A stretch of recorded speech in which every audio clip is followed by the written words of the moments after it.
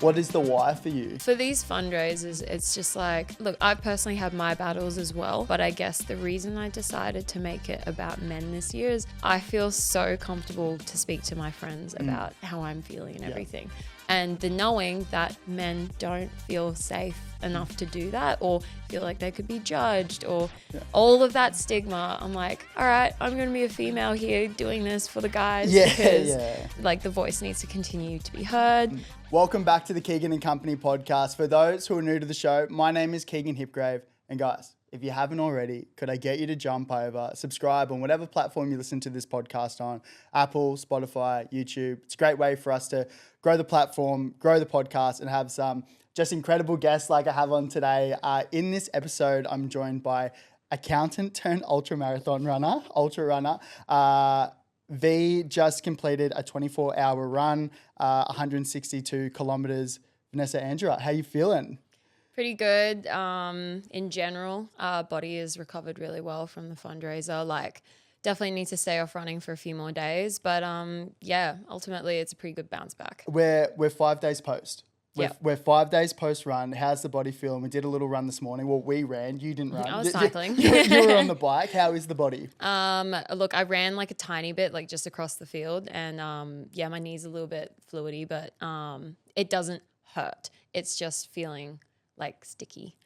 So. That's the wild thing because you're only 5 days post, and because you ran 162 on pavement. On pavement. It's not what I'm used to. Like, I'm used to running that on trails. Like, those big distances are trail runs. So yeah, doing that on pavement was definitely like a huge switch up that impacted my body way more than like the trail miler that I did. So yeah, quite comparative. You're probably a lot more acclimatized to running than I am. But when I did a 50 a couple of years ago, but I was sore for so long. Is that just the prep? Do you reckon that's just it's the prep work? It's just the prep for sure. Like, I think after my first 80-kilometer race, I was pretty knackered for like a good week or two. Whereas like most of the time when I finish my long races now, like I'm recovering really well. Like a couple of days later, I'm pretty much like not sore anymore, tight but not sore. Yeah. Yeah. Let's talk about the run because how did it come about? Probably even more the specifics of the logistics around it. We came to Keegan Surf Club on Friday night, had a very calm day, relaxing day. Night sleep wasn't that great 2 nights before, but give us a little insight on how the day looked. So first off, we got there like an hour early and it just started drizzling. So that kind of, like, we tried to not let that set the tone at the start of it. We kind of just laughed about it.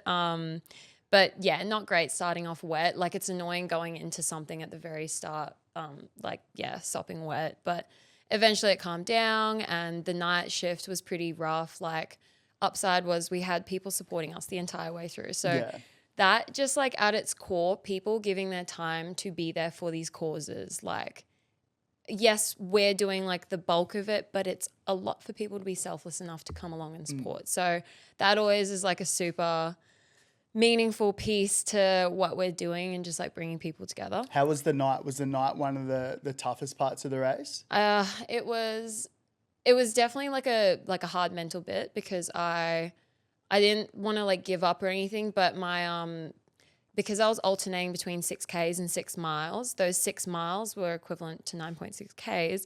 And over time, I always underestimate how tired, not just my body, but anyone's body is going to get over that period. So that was the original plan. That was the original plan. 6K, 1 hour, and then 6 miles. And that 9.6 Ks just rolled into the next hour to the point where I ended up not having rest between my 1 hour stints. Gotcha. So mentally that was pretty like defeating, and physically I'm like, I'm just not getting enough rest and I'm already tired to begin with. So yeah. And then we pivoted and decided to keep it to the theme with the 6s for the 6 men that we lose to mental health from suicide on average in Australia. So I did 6.6 kilometers instead. Big relief. Like, immediately my mindset completely changed and I was okay again. What were the times? Like how long were you doing the 6Ks from start to probably midway through? At the start, like I'd get like a good 24 minutes rest, and then as I got tired, it was like 10 minutes. Yeah. It really like, and then by the time you get back and people obviously want to chat to you and they're all asking how you're going, like, it's eating away at time. And before you know it, you're like, oh, cool, 3 minutes to go, we're up again. Yeah. So that's a big thing, because like you had so many people support you throughout the whole 24 hours, which was so lovely to see. But when you're 12 hours in or 18 hours in, you're like, no one talk to me. yeah, you try, and like it keeps me positive as well, because everyone's like so eager to want to know that you're okay, and you're like, like that's really nice. For the most part, I was actually really good with being okay with people talking to me. If anything, my brother actually snapped at me for talking to someone. I was like, brother. Yeah. And I actually was talking to someone about mental health because they had lost a bunch of male figures in their life. And I was like, don't yell at me. I was talking to someone important. Yeah. But in the night shift, I had a period where I was like, don't talk to me.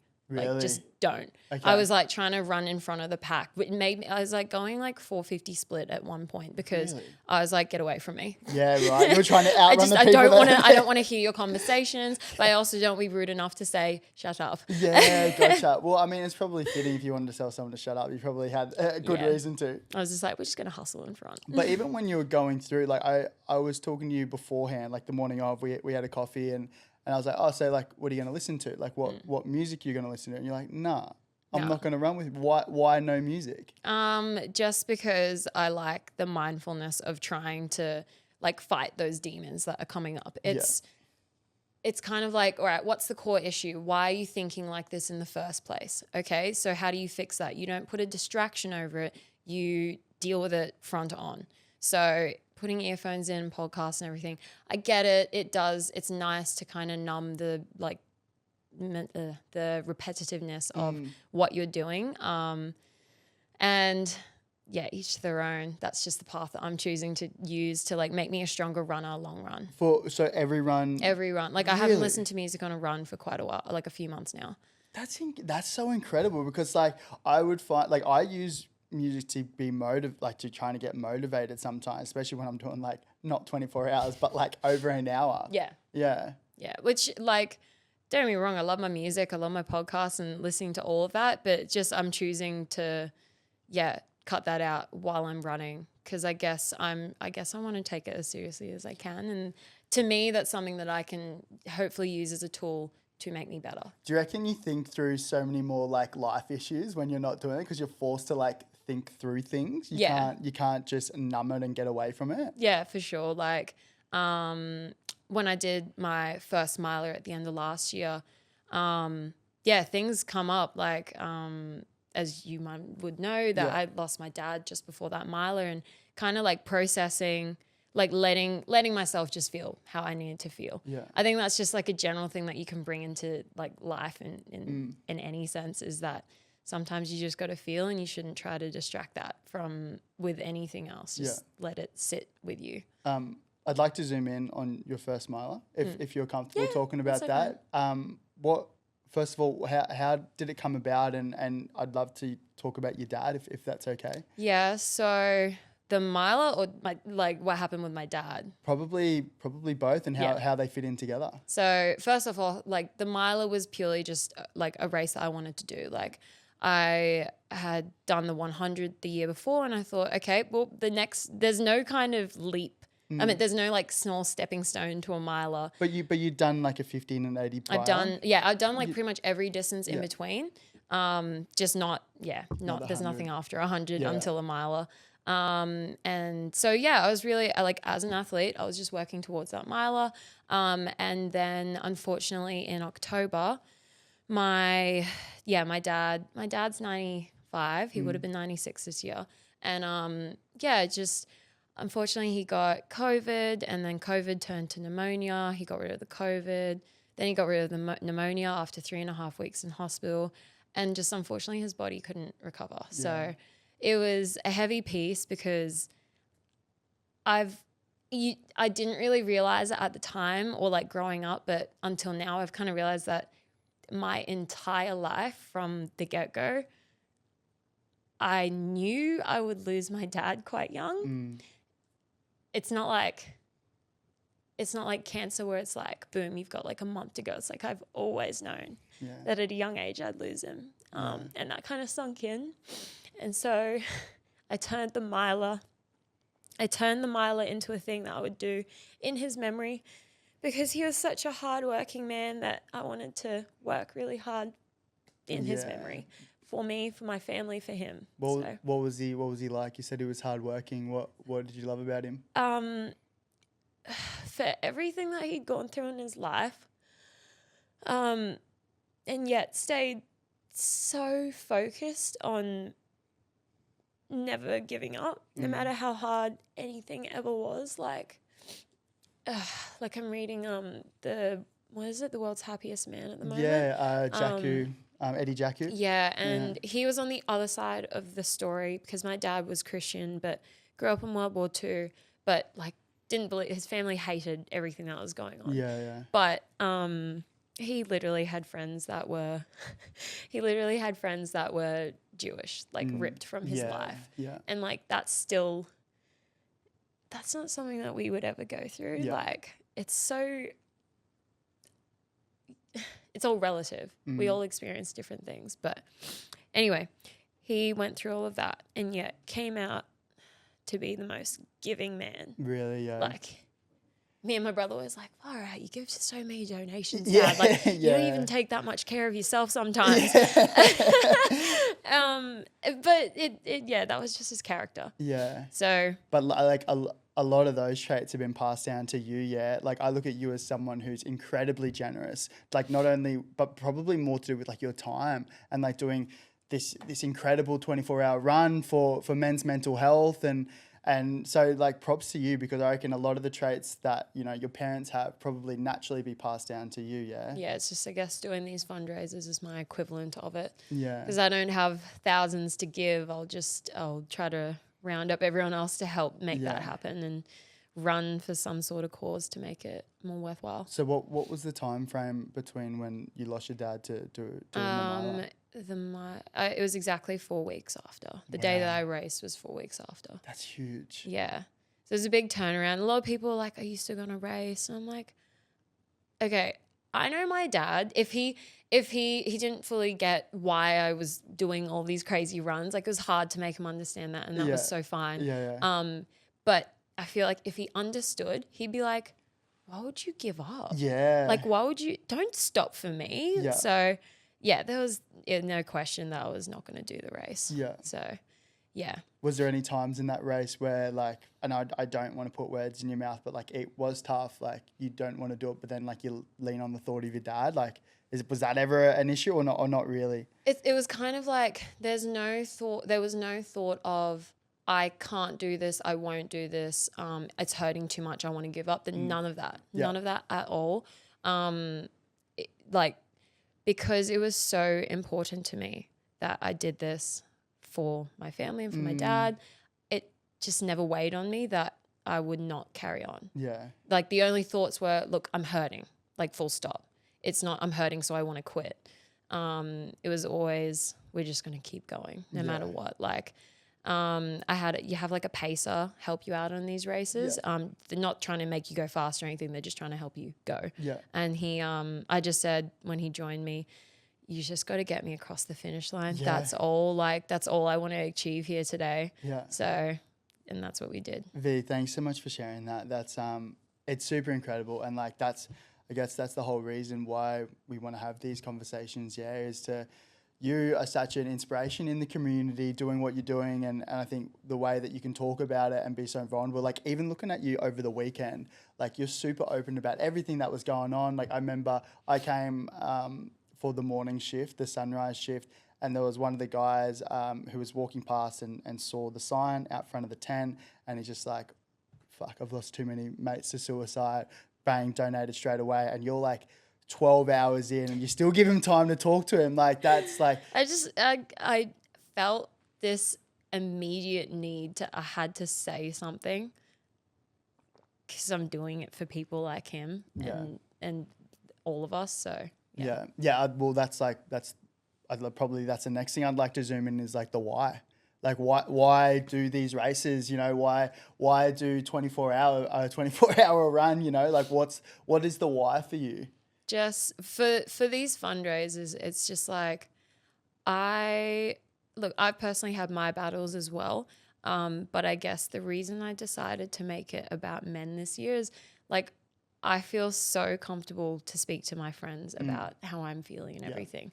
And the knowing that men just don't feel safe enough to do that, or feel like they could be judged, or all of that stigma. I'm like, all right, I'm going to be a female here doing this for the guys because like the voice needs to continue to be heard. Like I spent a good few months a few years ago in and out of hospital because one of my friends just kept on trying. Yeah. And that took a huge toll on me. Like I was taking time off work to just like be there for them. Yeah. But other than his family, he didn't have many people that were going to be there for him. That's interesting because I always look at people who are, I guess, advocates in certain spaces and advocate for mental health, and usually there is a personal tie-in. Like I lost one of my really good mates to suicide when I was 17, and that was sort of a core. It's how I got involved with Movember, and it's pretty much a big reason why we're doing this today. Like, was that the reason why you got into? I think that made a big deal for me. Like that said, it made me just really want to do something. Yeah. There's so many things that I want to like help in the world, but I just felt like this was something that I could do something with it. And like with my running, like it's just got so much attention. I'm like, well, why don't we divert that attention to something good that can make a change? Yeah. And what you're doing is like you're making genuine impact. Like we came before the start of your run on the Friday evening. I think it was about 4 or 5 o'clock. We got there early as well because we were shooting some content that'll go out before this podcast. And it was funny. Like I had a videographer there. I had a friend come with me, and then we had another few crew just at the start waiting for you guys to get there. And then we all started talking about mental health. Like, because obviously that was the why, like why we're doing this. And then we're talking about friends, we're talking about our own stuff. And I was like, these are the little compounding conversations that come off the back of this run. Like it's not, yes, it's the run, and yes, that will raise a heap of money, which you did. Like you've raised over $4,000 or $5,000 at the moment, which is incredible. You can still donate. A crew can still donate. We'll put a link in the description if they still want to. But it's all those compounding conversations, and then that's when you're going to see the effect. Like a ripple. A ripple. Yeah.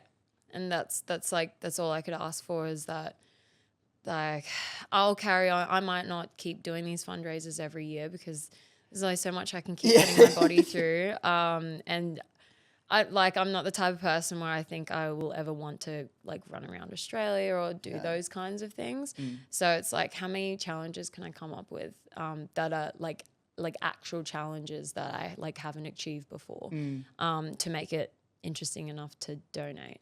So instead I will jump on podcasts and like just keep conversations open and like make sure mental health is a continuing thing that's worked on. Why did you choose 6 kilometers every hour over 24 hours? Purely off when I sat down with Brock, the owner of Sana Days, I was like, look, I want to do this charity run for you, but I want to make sure like there's a deeper part to it. It's not just here's a random number and a random distance. And he said that he'd been thinking about doing a 24-hour run with 6Ks because of the 6 men we lose to mental health suicides on average in Australia daily. So I was like, perfect. That's so much more meaningful than just pulling a number. Because previous ones I've done, like I did it last year, I did 25Ks every day for 25 days for my 25th birthday. And I was like... so wild. You say that so casually, but it's like 25 kilometers every day for 25 days. Yeah. Does it finish on your 25th birthday? And it finished on my 25th birthday. That's so wild to think about. But it didn't have like it didn't go deeper than that. It was just like, well, here's a bunch of hard kilometers, which again, it's still hard. It's still a challenge, but it was nice to make this one tie into something. So do you think, you said you probably won't do it every year, but is there any other things that stand out to you that you'd like to do? I mean, in general, it's like I still want to share like support to other like charity events that happen. Like I'll still play a part in like Movember because that was one of my first charity runs. I did 60 Ks in 2022, I think it was. Up and down Brisbane for Movember. And I was like, this is a really like great way to get around it.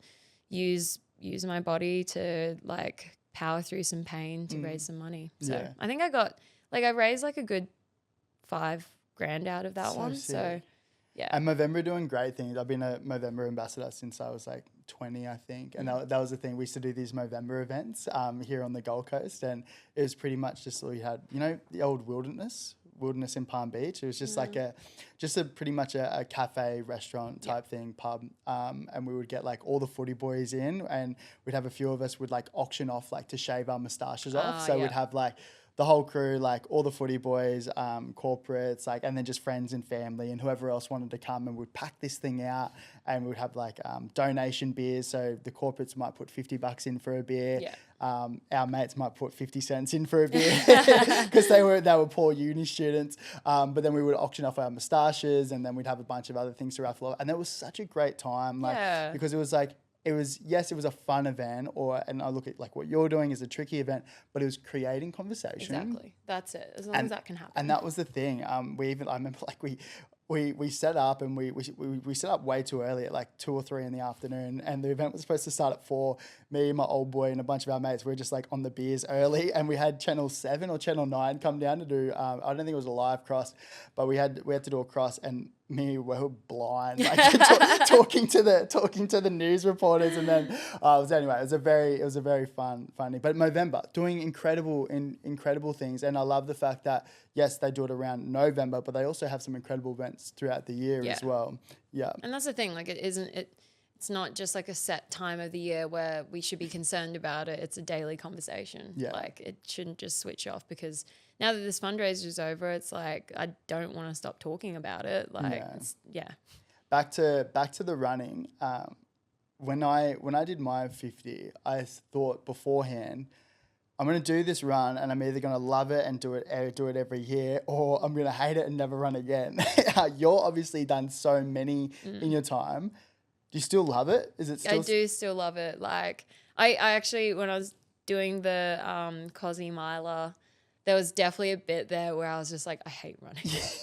But as soon as it was over, and like a couple of days later, I was like, yeah, we're sweet. Like we're all good. Like let's plan out my year of races. Yeah. There's so much love for running. Yeah. Like I think it's played such a big part in like making me a better person, giving me opportunities to do better and make change. And I just enjoy it. Yeah. Like obviously there's days like when it comes to training where, look, I got a 6-hour run and I simply don't want to do it, but I must. Like at the end of the day, I still love getting out there. So you just get tired sometimes. Yeah. But yeah, I don't get over it in general. How did you get into running?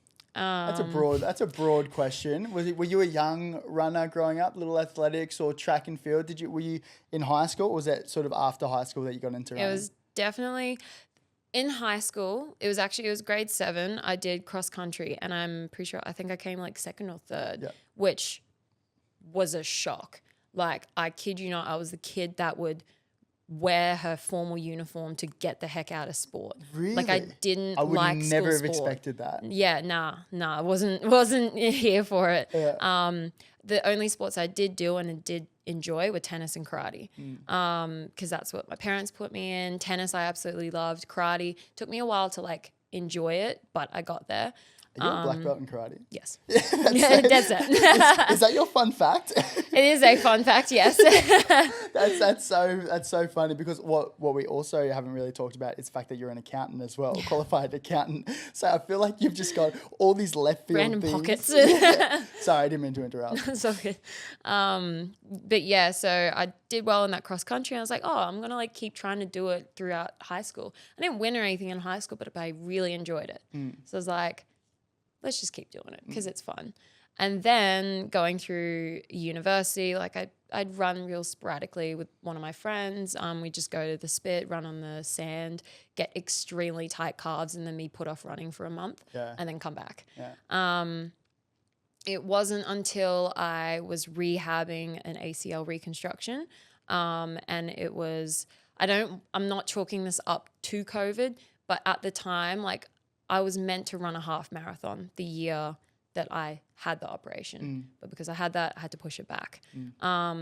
So after I did all my rehab, I just went out with my housemate. We were living in Brisbane at the time, and we'd just do like 3Ks like once a week. Really slow, like 6 minute to 7 minute pace, like really taking it easy. And we both loved it and felt so good. And because we were doing it together in a time that was so isolated, we then built that up safely to 2 runs a week, and then 3, and then 3 to 4. And I definitely loved it way more than she did, so I drag her out a lot. She wasn't sticking around? She did actually. I think she still runs pretty regularly now, even though like we don't live together anymore. We haven't even talked in ages, but like I can see her runs on Strava. Yeah. So considering she was like, I don't want to run with you, and she still runs now, I'm pretty happy to see that. Yeah. So yeah, went through rehab, got into running 2021, and then 2020. And then it just gradually picked up more through like being a part of run clubs. Then gradually being a part of all of these communities that like you see other people doing cool things and you're like, okay, I want to be a part of that. I want to give it a try myself. So I did my first half, did it in a time that was unexpectedly great. Like I had only properly trained 4 weeks for it. However, I had a whole like year before that of carefully building into it. And then, I had a coach who was a friend who was like, all right, if you want to do a marathon, let's give yourself 16 weeks to do this. So we had a good build. Properly. Yeah. Yeah. Okay. I was pretty sore for a week after it, but I got my first marathon done and I wasn't done at that. So we just kind of kept going. Yeah. So like I could really go into it. Well, that's the whole conversation. And I love the fact, the community aspect of it. Like I look at what the crew at Salt Social is doing. I love our Thursday mornings. This is a Thursday morning for everyone who's listening. We had a great little speed session, which you and Jardine take, which is great. But the crew is so cool. It's just nice being a part of something where like there's no ego. Yes. No ego whatsoever.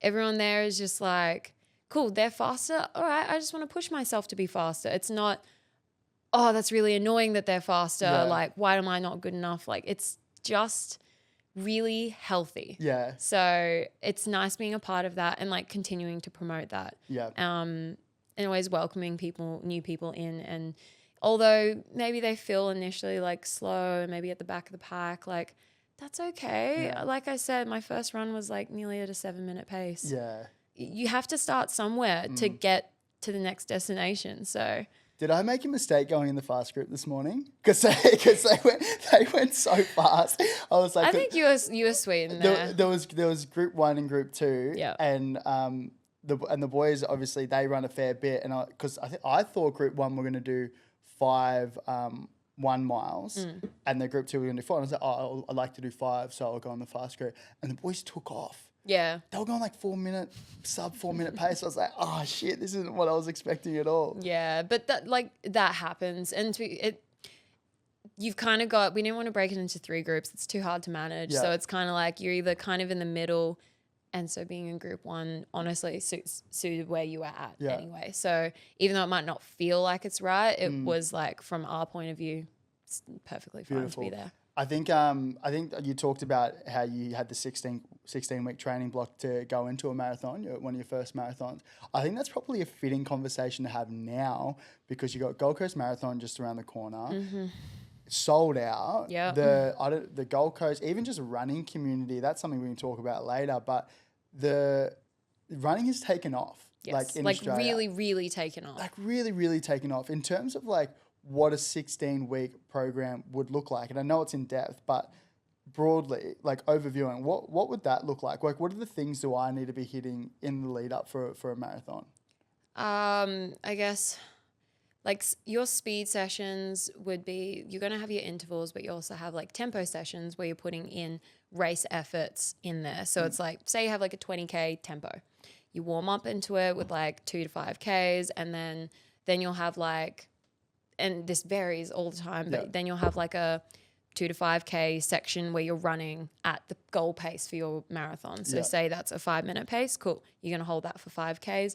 You're going to recover a little bit so that your body's getting used to running and holding that pace, but you're allowing it to recover so that you can try to hold that pace again. Gotcha. And like gradually you're just going to keep increasing the reps that you do that for, or increasing the pace a bit more. Sometimes you want to, a lot of the time you'll do a mixture of race pace or faster. Yeah. So yeah, that's just the speed sessions, your long runs. Because at the moment I'll go like Tuesday we'll do just like a cruisy 8K, maybe 10 sometimes. Thursday the faster stuff, and then Saturday or Sunday maybe like a longer trail run, which can range between, I don't know, 12 to 20. Yeah. And is that just like slowly build on them? Slowly build on it. Gotcha. Yeah. So like your long run on the weekend, you want to be sitting max 35Ks on your long run on the last one. Yeah. Any more, you're kind of like maybe overcooking it a bit, especially if like you're not one of the Kenyans who are running 200Ks I'm a week. big boy V. I've got a heavy foot. I'm hanging on by dear life. I'm definitely not built to be a runner. No, you're good. Your cadence was solid today. I remember you came up next to me when you were riding. I was like, "Oh, V, just get it. Like, leave me alone." I'm here to support you. I'm here to support you. Yeah. No, I did appreciate that though. Yeah. But yeah, so like, and then like leg weights. So you still have your like.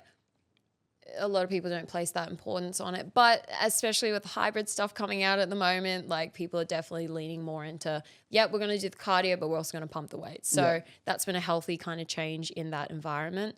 So leg sessions are still important. So is upper body and your core. Why? Because you still got to balance it out. Like you shouldn't just target one area of your body. Like you should always try to keep it even. In saying that, I might not have said this to you today, but when your legs get really tired, you can use your arms to propel you. So if you can also train that endurance in the strength endurance, that benefits you too. Yeah. The core is important too, because your core helps your back like stay upright, but also stay strong and not ache as much when you're upright, running and impacting your body for 3 to 4 hours. So it all ties in.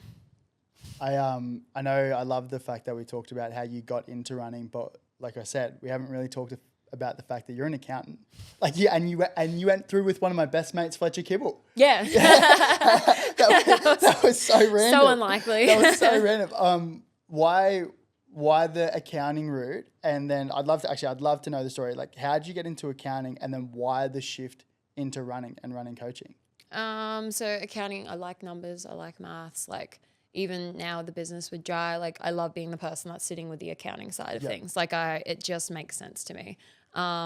Although I don't do it anymore as a full-time role, it's still, it's something that works in my brain. Yeah. Like, so why not just play with your strengths?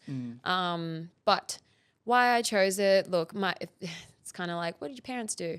My mom was an accountant, like qualified in that. So I was and because the maths made so much sense to me, nothing else really appealed to me. At one point, to be fair, I kind of wanted to shift out of accounting, earn a lot of money in that, and then start my own business in interior design. That's way off. Like that's not happening anymore. Yeah. But I have like the creative side as well. So yes, I went to uni. I did the double degree in accounting and international business. I chose the international business degree because I was kind of like, oh, this could take me overseas. This could be something I could work with. I haven't used that degree whatsoever. And then got a corporate job in Brisbane, which I still remember getting the phone call when I was at uni saying that I got the job to even start early as well. And I was so stoked. Really? Like that was me like, oh my God, I've done it. Like I've done the expected pathway of my life. Like my parents are going to be so proud. Yeah. All this hard work is paying off. I got the good job. And I was really happy in that role. Like I really did like a lot of the people I worked with. But running actually showed me that it wasn't what I want to be doing with the rest of my life. So you wanted to climb, like, I guess, like the corporate ladder. Well, that's the thing. The corporate ladder was actually also not something that interested me. Yeah. That's why initially I was like, I'll get all this money and I'll start my own business. Yeah. Instead of working for someone else. Which also, like, as I've gone through other jobs after that, I've definitely learned I don't work, like, I prefer to be my own boss rather than work for someone else. Like, because especially if I'm going to continue to pursue running as hard as I want to, it's hard to do that when you've got to go follow up with a person above you. Work 9 to 5, yeah. So, yeah, running definitely, when I started surrounding myself with a different crowd of people, it definitely opened my eyes to, but there's more. And I can do more. I shouldn't limit myself to this small box of, like, this is what I was supposed to do, and, like, I can step out of that. As terrifying as that was, and it continues to be terrifying. I was going to say, is that a hard decision to make? Because I imagine that there's probably a lot of people out there who don't enjoy their job, and they're like, oh, I've got this idea, like, I really want to do this, or this is something I'm really passionate about. How did you go navigating that thought process of, like, oh, I'm just going to do it? Was it a slow grind? It was a slow grind, and also, like, I had all these debts to actually pay the business because I was doing my CA at the time, and I was like, oh, don't really want to pay $2,500 back to them as I leave, so I'm gonna stay just a bit longer to pay that off. Yeah.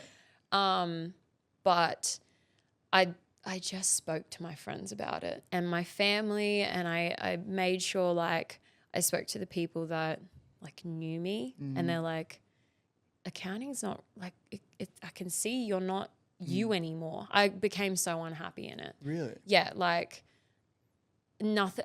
I drank so much, and I look at it now and I'm like, crap, like, did I drink a lot? Because I was actually really masking it all. And I didn't at the time. I thought I was just having a good time, to be honest. I don't think I was intentionally doing it. Yeah. It might have been a subconscious, like, let's just cruise by and try to get through what's really hard for me right now. Yeah. And so, yeah, like, I remember telling my best friend about how I was pretty much near quitting, and she was like, do it. Make sure you have a plan. Yeah. Plan it out. Think about it. Yeah. But do it. You have to pull the pin at some point. So I think that's the right choice. I love that. And what I love most about your story is that you've turned a passion of running into a career. And into my life. And into your life. Like, yeah. I had this exact conversation with Morgan Rose Maroney, turned Rose Cook. Yeah. And she said the exact same thing. She was a former national gymnast, and she was going down that path, and she really enjoyed AFLW. She got an offer to go down to Melbourne and play for the Bulldogs. Yeah. But she's just like, my social channels, and I was doing all this gymnast stuff on socials. I was getting paid like 5 times more. And I love what I do. I get to align with brands that I absolutely adore and love. Yeah, you get to choose it. Like, once you, and the thing is, you still always have to do the work. Yes. To get to that point. Because I asked Morgan about, like, what I was doing, and she was like, you just have to work for it. And then when you have earned it, you can then start making your choices of who you really are working with. You can be a bit pickier. And then you're really enjoying it, like, really. Because for now it's like, yeah, it's still hard. Yeah. It's going to be hard for a while. Yeah. But it's worth it because then I get to do what I love. But it's wild, like, what can happen when you work hard and the opportunities that just pop up. Like, obviously, and I say just pop up, but I feel like if you are working hard and you are doing things that align with your why and your purpose, then things just start popping up and you start sort of like looking for opportunities. And I see that happening with you at the moment. You're in that time where you've transitioned out of the accounting. You're doing some really great stuff with Project Personal Best, with Jive, which is your company, which I really want to talk about. But it just looks like you're in a flow, and it looks like everything that you're doing is falling into place. And I don't say that lightly. I know that comes off the back of hard work. Yeah, of course, yeah. How did Project Personal Best come about?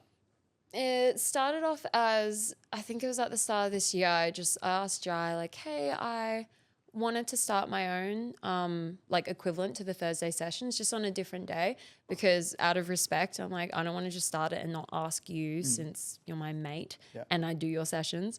And he's just like, well, I was actually thinking did you want to like combine our efforts? Yeah. I was like, I couldn't think of a better thing to do. That's so nice. Like, I couldn't put Jai, like you shouldn't put people on like the highest of pedestals, but I think Jai is like such a good person. He's the best. Like at his core, wants the best for everyone. Like does such a good job of like always staying real like level-headed and not letting all these outside noises like bother him. And that's honestly something really good for me because unfortunately I'm not the best at that. At least we know our weaknesses as well. At least we're honest. Yeah. And so, yeah. And our passions and our goals and our vision for it completely aligns. Right. So why, like what we've got as like our motto for coming together and our motto for, or mission for bringing like all of our runners together is if you want to go fast, go alone. If you want to go further, go together. Right. Like if you have that network around you of people that all have the same view, you're going to push each other to go way further. And you have people to fall on in case it just something bad happens. Yeah. And you know what, you'll get up eventually and you still have your group. That's so beautiful. I love that. What do the days look like? So it's going to be coaching, running? Like my normal day? No, like the project. Like yeah. So like at the moment we've got the one session on the Thursday and that's always going to be a speed session, especially in the lead up to races. Like we always will have like a deload session so that we're not overworking everyone and everyone can have fresh legs before a race. And then down the track, like we'll add more days. We're thinking of like a tempo Monday, which then flows into a cruisy Tuesday with the Salt Social. Yeah. And then Saturdays and Sundays, like whatever day suits people, there's a long run option. And then of course, like we're thinking of all these other avenues that I'm like, I don't want to say anything yet, but all these other ways that we can make a difference and like make a difference, not just like right now, but we're planning ahead so that future generations have these really good foundations that like we can play a part in and make things better with like that younger thinking, but also there's so many resources out there that we can tap into and make a change. So say if someone wanted to get into running, if they're a couple years into their journey or even if they're in the expert, can we come to you? Is that sort of what it could be like? Like I've got the Gold Coast Marathon coming up. Can I come talk to you, V, on put a training plan together in terms of nutrition, running load, everything? Yeah, nutrition to an extent. Yeah. Only like really specific like race day and training nutrition, not so much like this is your breakfast, lunch, and dinner. Yeah, of course. But yes, like Jai is qualified in his PT as well, so we can provide the strength stuff. I'm currently doing my certificate so that I can provide strength for runners. Yeah. And yeah, we want to be helping everyone. Yeah. Doesn't matter age, doesn't matter level. We definitely like down the track want to be working with like people that are aiming for like 2:30 marathons. Yeah. Like we want to do it all. So and look at this morning crew, you got guys who are doing 100 plus Ks, they're doing triathlons, and then you got crew who are just starting out. Yeah. You got someone like me who's just hanging in there by a thread. You know what I mean? If we shifted you into like the second group, you would have been at the front of that. I don't know if I believe that at all. So I'm actually cramping from this morning. But I want to do a full circle. Back to the 24-hour run. You got through the night. I saw you in the morning, and you looked good. I woke up eventually. You woke up. But I don't know. I was conscious of the fact of us running on Sunrise. I was talking to a lot of the guys who have done similar longer form races, whether that be swimming or running or cycling, and they said the night's tough because you don't have much sleep. But when the sun comes up, it sets your circadian rhythm almost again, and it gets you going. But was that a nice feeling? That was a massive changeover. Yeah. Like it made me feel a lot better. It took a while to like click over, but once it set in, I was okay. Yeah. Because I think there were like 1 or 2 laps where my eyes, even though the sun was up, my eyes just felt so heavy. Yeah. And the same thing happened when I did my first mile race. Like the night shift, I was falling asleep. I remember like eyes semi-closed, like dribble, like going side to side, walking. So yeah, this with the fundraiser, same thing. I just was really heavy, and then the sun came up eventually. I was like, okay, we're ready. Yeah, and like all the people started coming in, and Yeah. it made me feel so much more like awake and alive. Because we did a couple laps together, and I was like, am I annoying you talking? Or was it nice having someone to talk to in the morning? Or like Definitely, just having someone like, there? yeah, no, like as soon as there were more people, it was just like, it's like you kind of soak up other people's energy. Everyone's real fresh. Like, it doesn't make me angry that everyone got to sleep. It makes me like stoked to just have all of these people willing to join in and play a part. What do you think was the hardest part of that run? I think for me, physically and mentally, actually I think mentally it was the night shift, and then physically it was the middle of the day. I didn't actually realize it wasn't that hot, but it was getting to me. I looking back at photos, like the video recap, I was like, oh, my face is burnt. Yeah. Like it was burnt for me, and I know that it wasn't good. Yeah. So I think that got to me at one point because I got really faint. And that was probably the only time where I was like, it wasn't a I want to pull out. It was I feel like I need to because I might hurt myself. Gotcha. But then my good mate, Ricky Dan, was like, this is going to be your hardest lap of the whole thing, and then it's going to be okay. And I got up and we moved quite nicely after that. Gotcha. I was just sitting on this bench thinking, is this the end of this? Like, really? Am I about to like have to pull out? And yeah, we were okay. Get through. You lean on crew, right? Yeah. That's the whole thing. Did you get any naps in? We were like, sleep? Because I remember I got one on the grass with a towel on my face. I remember seeing that and I was just like, are you going to do like a little 5-minute nap right now? Yeah, there's people who get like 30-second naps in like the backyard ultra races. Wild. Yeah, or like 2-minute naps, and it like revitalizes them. Well, I listened to a podcast with, is it Courtney Dauwalter? And she was talking about how she did a Moab 250, so 250 miles. And I'll never forget this story. It was like she was running, I don't know, she might have been on her second day, and they're just running, like they just run.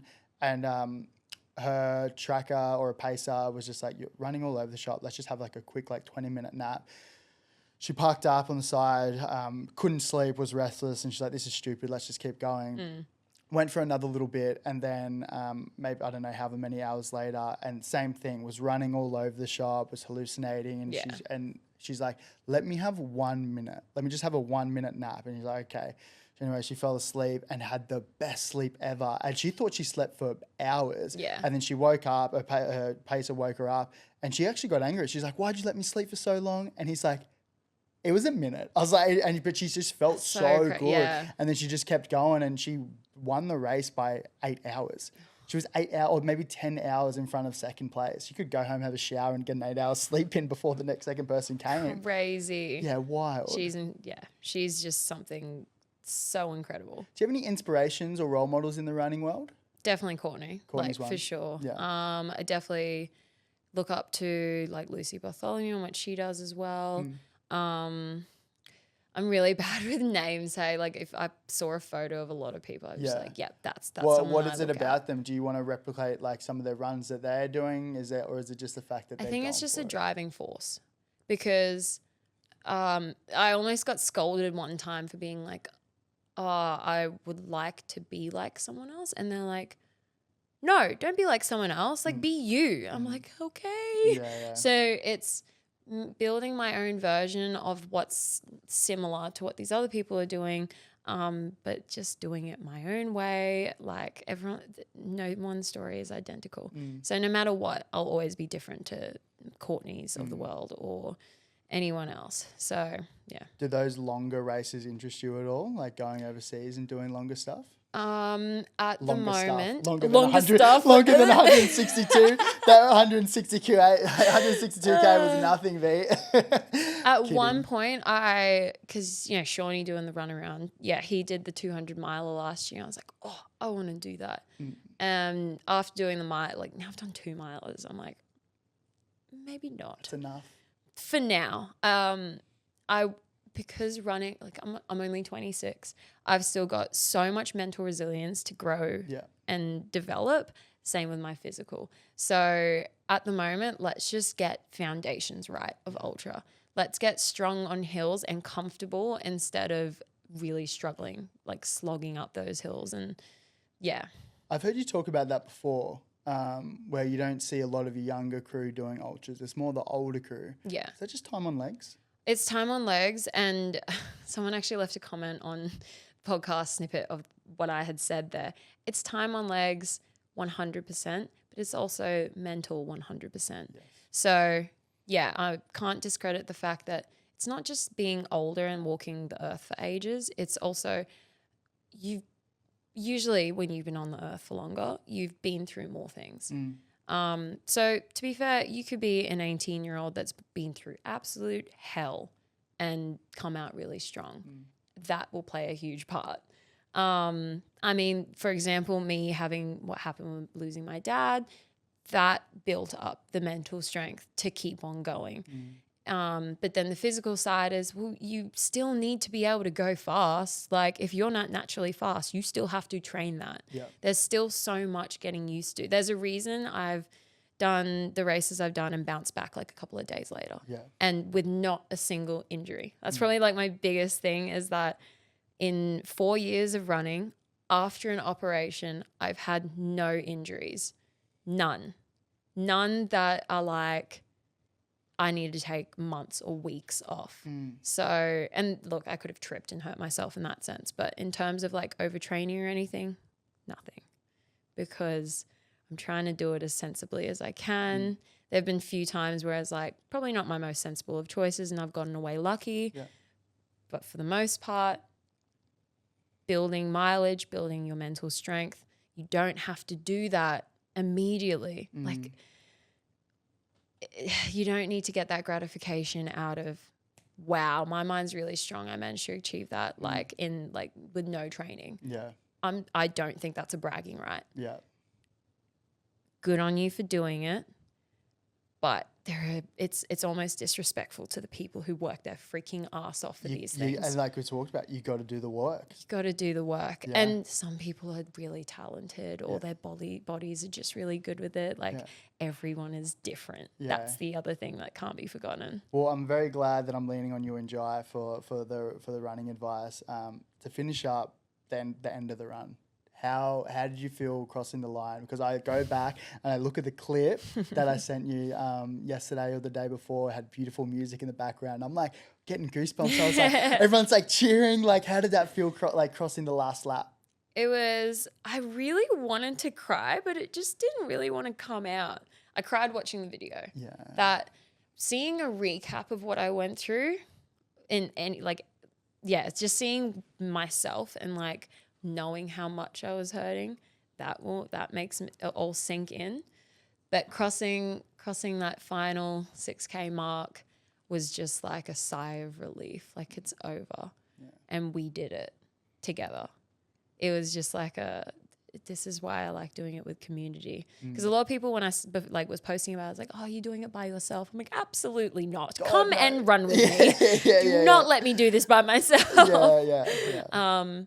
Yeah. And it was just like, it was nice. It was nice finishing that with Brock as well, like by my side. I'm like, oh man, we've just been with each other for 24 hours and we did it. We finished. And there was a lot of crew putting in big Ks. Like you talk to people along the run. Some people are like, yeah, I did about 40 today. Some did like 60. 60, I think. 60. One might have done 80. Someone did 80. Yeah. I'm like, Russ.